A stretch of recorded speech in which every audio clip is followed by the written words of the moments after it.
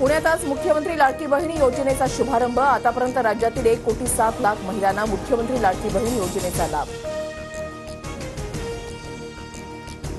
लाडकी बहीण योजनेच्या कार्यक्रमाला गैरहजर राहणाऱ्या बहिणींना सत्ताधाऱ्यांकडून फॉर्म रद्द करण्याची धमकी। सुप्रिया सुळेंचा आरोप। सुप्रिया सुळेंकडून फेक नॅरेटिव्ह सेट करण्याचा प्रयत्न। दादांना मिळणारा प्रतिसाद पाहून सर्व कपोलकल्पित आरोप। सुळेंच्या आरोपानंतर सुनील तटकरेंचं प्रत्युत्तर। मवियाला मतं दिली तर ते सर्व योजना बंद करतील। मवियातले सगळे सावत्र भाऊ। चंद्रपूरच्या चिमूरमध्ये फडणवीसांचे वक्तव्य। आम्ही सत्तेमध्ये आल्यावर लाडक्या बहिणींना 3,000 देऊ। राज्यामध्ये 3 घाशीराम कोतवाल। फडणवीसांना पराभवाची भीती। राऊतांचा हल्लाबोल। 2 राज्यांच्या निवडणुका जाहीर का झाल्या? सरकारला 4 राज्यांच्या निवडणुकाही घेता येत नाहीत। एक नेशन वन इलेक्शनवरून शरद पवारांचा निशाणा। 4 राज्यांच्या निवडणुका एकत्र का घेता येऊ शकत नाहीत? वन नेशन वन इलेक्शनच्या थापा मारतात। संजय राऊतांची टीका। मुंबईतील अनेक मोक्याच्या जागा अदानीच्या घशात घालतायत। खतांच्या गोणीवर मोदींचा फोटो आहे। खत त्यांनी तयार केले का? उद्धव ठाकरेंचा सवाल। जळगावात छावा संघटनेचा सुप्रिया सुळेंना घेराव। पवार गटानं मराठा आरक्षणासंदर्भात भूमिका स्पष्ट करण्याची मागणी।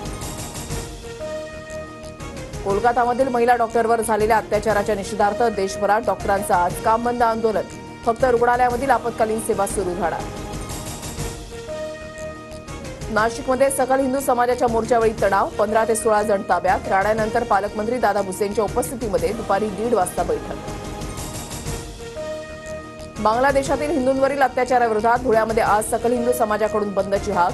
शाळा महाविद्यालय बाजार समित्याही बंद राहणार। पासपोर्ट आणि ITR घेऊन येते, कुठे येऊ कळवा, अन्यथा दुपारी 4 वाजता पत्रकार परिषद घेणार। अंजली दमानी यांचं ट्विट। तर तुमच्या पत्रकार परिषदेनंतर कारनामे समोर आणणार। सूरज चव्हाण यांचा इशारा। महंत रामगिरींचे मोहम्मद पैगंबरांबाबत वादग्रस्त विधान। रामगिरी महाराजांच्या वादग्रस्त वक्तव्यामुळे वाद। पुण्यातील कोंढवा पोलीस ठाण्यामध्ये रामगिरी महाराजांवर गुन्हा। काही लोकांकडून स्वतःचं नाव मोठं होण्यासाठी खोटं बोलून हिणवण्याचा प्रयत्न। कारवाई व्हावी। रामगिरी महाराजांच्या वक्तव्यावर बच्चू कडूंची प्रतिक्रिया। अजित पवार आणि भुजबळांच्या मतदारसंघ बदलाच्या बातम्या खोट्या। कोणताही मतदारसंघ बदलणार नाही। सुनील तटकरेंची प्रतिक्रिया। पुण्याच्या राजगुरुनगरमधील अजित पवारांच्या जनसन्मान यात्रेमध्ये आढळराव पाटील अनुपस्थित। आढळराव पाटलांच्या अनुपस्थितीमुळे राजकीय वर्तुळात चर्चा। कागल विधानसभा मतदारसंघामध्ये संजय मंडलिक गट हा हसन मुश्रीफांसोबत राहणार।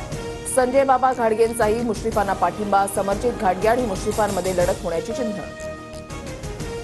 विधानसभा निवडणुकांपूर्वी राज्याला केंद्राचं गिफ्ट। ठाण्याच्या अंतर्गत मेट्रो प्रकल्प आणि पुणे मेट्रोच्या स्वारगेट ते कात्रज मार्गाला मंजुरी।